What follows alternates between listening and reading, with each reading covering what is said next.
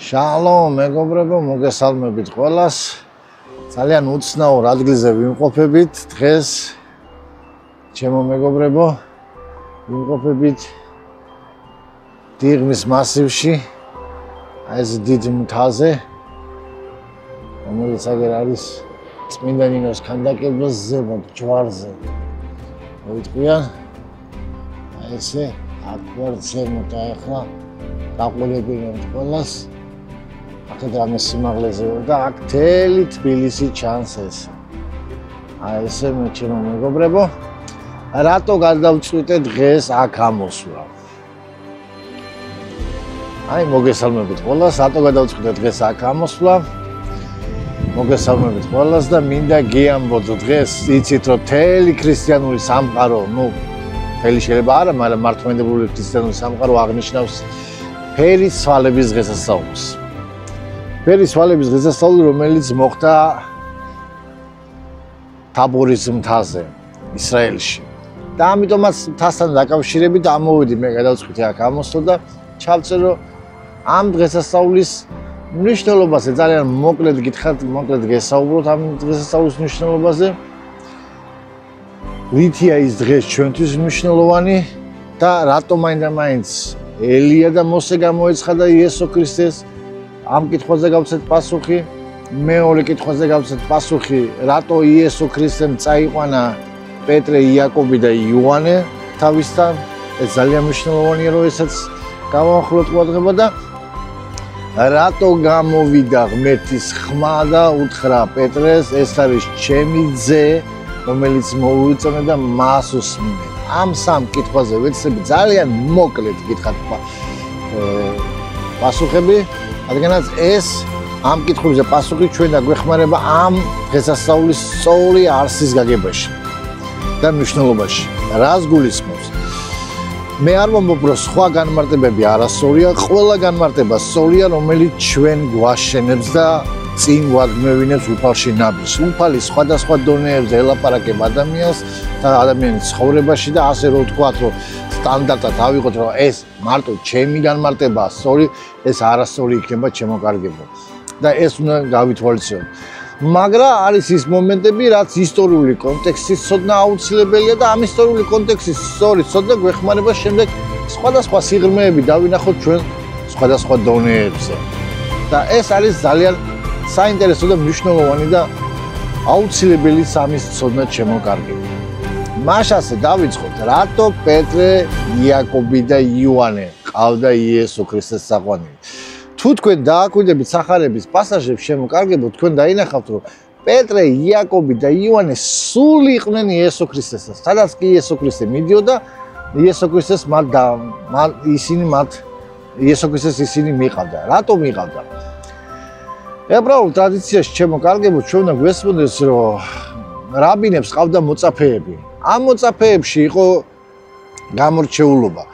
თუ ვინ იყო წარმატებული მოწაფე, ვინ იყო კარგი მოწაფე და ებრაულ ტრადიციაში ითვლება, რომ ყველაზე კარგი და რო ვთქვათ ასე, დიდი იმედების მომცემი მოწაფეები არის ის, ვინც თავის მოძღვებს და თავის რაბინებს უსვამენ ყველაზე რთულ კითხვებს. ბიბლიასთან დაკავშირებით, ღმერთის სიტყვასთან დაკავშირებით. და ეს სწორედ ეს სამი პიროვნება იყო, ვინც იესო ქრისტეს ხშირად უსვამდა შეკითხვებს. ამიტომაც იესო ქრისტეს ისინი სულ თან დაყავდა. დაყავდა იმის გამო, რომ ისინი იყვნენ ყველაზე კარგი მოწაფეები. და აქ არის ერთი ჩვენი გაკვეთილი, რომელიც ჩვენ გვეუბნება. თუ ჩვენ დავინახოთ იესოს დიდება ჩვენ ცხოვრებაში, ჩვენ უნდა ვიყოთ მისი კარგი მოწაფე. და როგორ ავართ მისი კარგი მოწაფე? როდესაც ჩვენ ვიკლოთ მის სიტყვას. და როდესაც ჩვენ ვსვამთ შეკითხვებს ბიბლიასთან დაკავშირებით. მნიშვნელობა არ აქვს, რთული შეკითხვებია, არართული შეკითხვებია, სულელური შეკითხვები შეიძლება ზოგიერთმა იფიქროს. ამას მნიშვნელობა არ აქვს. თავარია თქვენ დასვათ კითხვა და ისწავლოთ ფიქრი ღმერთის სიტყვასთან. ეს უნდა ღმერთს. ღმერთს არ უნდა ზომბი მორწმუნე. ღმერთს ჭირდება გააზრებული მორწმუნე. ჩემო კარგებო, წმენა ეს თავის თავში მოისახავს ბრმას, ნდობას ღმერთსაც, მაგრამ ეს არის დასაწყისში. როდესაც ჩვენ არ ვიცით ღმერთის სიტყვა, მაგრამ როდესაც ბავშვი ენდობა თავის მშობელს, მან ხო არ იცის მშობელი, მაგრამ რა უნდა მის მშობელს, მაგრამ პატარა როა ბავშვი ის ენდობა, მიდის მამასთან, მიდის თავის დედასთან და ეხუტება, იმიტომ რომ მან არ იცის, მაგრამ მას ნდობა აქვს. ესეთი ნდობის რწმენა ღმერთს ჭირდება დასაწყისში, მაგრამ შემდეგ უკვე გააზრებული ჭირდება. ყველა მშობელს უნდა რომ თავისი შვილი გაიზარდოს და ესაა ძალიან მნიშვნელოვანი რომ ჩვენ გვესმოდეს. მაშასე პირველი კითხვა ჩვენ რატო ეს სამი დაყვებოდა, ეს არის მნიშვნელოვანი გაკვეთილი, რომელიც ჩვენ გვეკითხება რომ თუ ჩვენ გვინდა იესო ქრისტეზე სულფასოვნად შევიცნოთ ვინ იყო იესო ქრისტე, რას აკეთებდა, ამისათვის ჩვენ უნდა ვიყოთ მაძიებლები, რომლებიც შეკითხვებს swams თუნდაც რთულ შეკითხვებს, თუნდაც ძიმე შეკითხვებს. მეორე კითხვა, რატო მოსე და ელია? ეს არის ძალიან მნიშვნელოვანი, ჩემოკარგებო, მოსე და ელია, ეს არის ორი უდიდესი მოღვაწე ძველ აღთქმაში, რომლებიც იყვნენ და რომლებიც მოღვაწეობდნენ ისრაელის ისტორიაში. მოსე იყო ვინც რჯული მიცა ისრაელერს, ელია იყო ვინც გამოღვიძება და მონანიება მოიტანა ისრაელის ერში და ეს არის სწორედ მნიშვნელოვანი რა ჩემოკარგებო, რომ რჯულის მიხედვით ორი ამ სამი მოწმის მეშვეობით კითხებოდა ყველაფერი ჭეშმარიტება. იესო ქრისტე მოვიდა რჯულის გასამტკიცებლად და წინასწარმეტყველების გასამტკიცებლად. ის გასაუქმებლად არ მოსულა. ამიტომაც ეცხადება მას როგორც რჯულის მიმცემი და ასევე რჯულის მხატაგებელი, რომელიც იყო ელია წინასწარმეტყველი. ამიტომ ეს ორი პიროვნება მიუთითებს იესო ქრისტესა და იესო ქრისტეს მათთან ყოფნა ამტკიცებს მათ ლეგიტიმურობას. რომ იესოდან მოდის რჯული, იესოდან მოდის ღმერთის სიტყვა და თავად იესო არის ღმერთის სიტყვა. ის არა უქმნის, ღმერთს არ აქვს ესეთი თვისება, რომ მან თქვას და გადაიფიქროს. ეს უნდა გვესმოდეს ჩვენ ჩემოკარგებო, რომ ღმერთი არის ისეთი, იმიტომ არის ღმერთი, რომ ის რასაც ამბობს, ის ასრულებს, ის არ გადათქვამს. ცნება, რომელიც ძველ აღთქმაში იყო აქტუალური, დღესაც აქტუალურია. მან არ დაკარგა თავისი ლევევანტურობა და ეს უნდა გვესმოდეს ჩემოკარგებო. ის რაც რჯულში არის, დღესაც აქტუალურია. მე არ გულისხმობ რიტუალურ მსახურებას, სატაძრო მსახურებას, რომელიც იყო დროებით მიცემული და ამაზე სხვა დროს ვილაპარაკებ ჩვენ. მაშასე მოსე და ელია ადამ პიროვნებები, რომლებიც წინასწარმეტყველებდნენ იესო ქრისტეზე და რომლებიც ამოწმებდნენ იესო ქრისტეზე, მათ იხილეს იესო ქრისტეს დიდება. წინასწარმეტყველები და რჯული მიუთითებს იესო ქრისტეს და აქედან არის ჩვენი მეორე გაკვეთილი. ის არა მარტო მიუთითებს იესო ქრისტეზე, ჩვენთვის გაკვეთილი არის ის, რომ თუ ჩვენ გვინდა იესო გავიგოთ და იესოს მნიშვნელობა გავიგოთ ჩვენ ცხოვრებაში, ჩვენ აუცილებლად მარტო ახალი აღთქმის არ უნდა ვიკითხოთ. არამედ ჩვენ უნდა ვიკითხოთ ძველი აღთქმის. თუ ჩვენ გვინდა გავიგოთ იესოს ღვთაებრივი ბუნება და ღვთაებრივი მისია, ჩვენ ახალ აღთქმაში მას ვერ ვიპოვეთ.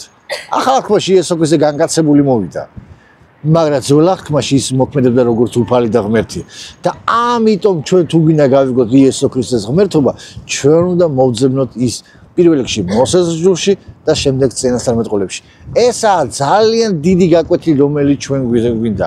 მაშასე ვიყოთ წარმატებული მოწაფეები ნიშნავს, რომ სწავლობდეთ, მეორე და საცალობდეთ წმინდა წერილში და მეორე რაც არის მნიშვნელოვანი, ჩვენ ვეძებდეთ იესო ქრისტეს. რადგანაც იესო ქრისტე არის მე ვარ გზა და ჭეშმარიტება და სიცოცხლე და ვერავინ ვერ მივა მამასთან ჩემს გარეშე. და ეს არის ჩვენი რო იტყვიან უნდა იყოს ჩვენი მოტივი, ლაიფ მოტივი, მიზანი რომ მოვძებნოთ. რადგანაც ერთი მღვდელი ამბობს, ძალიან კარგ სიტყვას ამბობს, არც ერთი წამი ქრისტეს გარეშე და მე მას ვეთანხმები, არც ერთი წამი ქრისტეს გარეშე.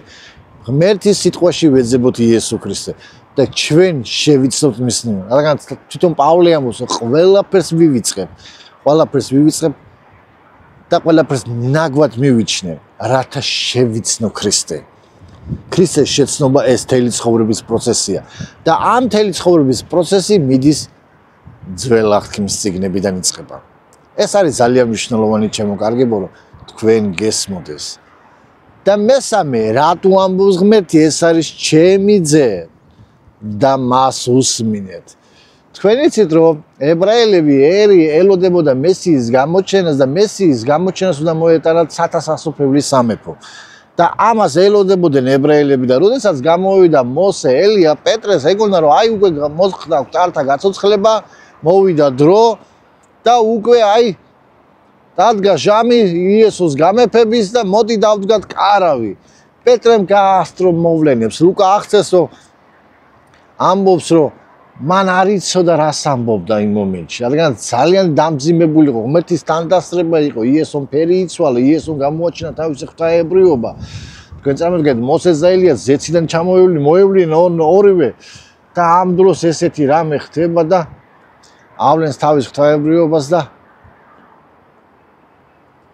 პეტრე ამ დროს დაძაბულია და ამბობს. ეს გვასწავლის იმ მომენტს, რომ ჩემო კარგებო, არ ვიყოთ ემოციური და ღმერთი თავისი სულიწნის მეშვეობით გვეუბნება, რომ იესოს უსმენთ. მესამე გაკუთვნილი რაც ამ ისტორიიდან არის, ეს არის ის, რომ რაც არ უნდა მძიმე ემოციური ფონი იყოს, რაც არ უნდა შენ სასიხარულო ამბავი გქონდეს, რაც არ უნდა შენ რთული პერიოდი გქონდეს ცხოვრებაში, შენ უნდა უსმინო მის ძეს, იესო ქრისტეს. შეიძლება ბევრი სასწაული განახო, მაგრამ სასწაულებით ღმერთი არ გელაპარაკება, ღმერთი გელაპარაკება თავის სიტყვით. სასწაულებით ის უბრალოდ გიმტკიცებს, გიმყარებს თავის სიტყვას, რომ ჩვენ ეს შევიგნოთ. ესაა მნიშვნელოვანი ჩვენ სამი გაკვეთილი ფერის ცვალებაზე, რომელსაც ჩვენ დღეს გველაპარაკება დღევანდელი დღესასწაული.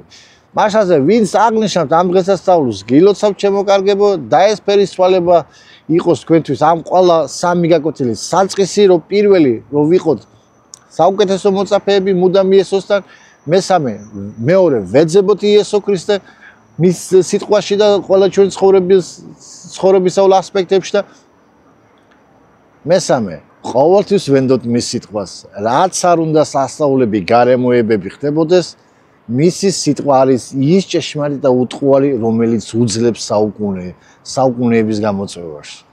ეს არის ჩემი დღევანდელი გაკვეთილი, რომელიც მე თქვენთვის დღეს მინდოდა მეთქვა. კიდევ ერთხელ გისურვებთ ბედნიერ დღეს, ბედნიერ კვირას, მშვიდობიან აგვისტოს და მე კიდევ ახლა სანამ დაგემშვიდობებით, მინდა დატკბეთ ამ ხედებით, რომელიც აქ მაქვს მოცემული. ესა ჩვენი საქართველო, ჩვენი თბილისი, ჩვენი მიწა-წყალი და უფალმა დაიფაროს ჩვენი ქვეყანა, ჩვენი ერი, მოიტანოს გამოგვიძება ქართულ ერში და მოიტანოს ის სიყვარული, რომელიც ჩვენ დღეს გვაკლია ძალიან ბევრს. ჩემო კარგებო, და იყავით კურთხეულები ყველა. ხარავდეთ უფალი. გაგრძელება იქნება. მადლობა ყურადღებისათვის.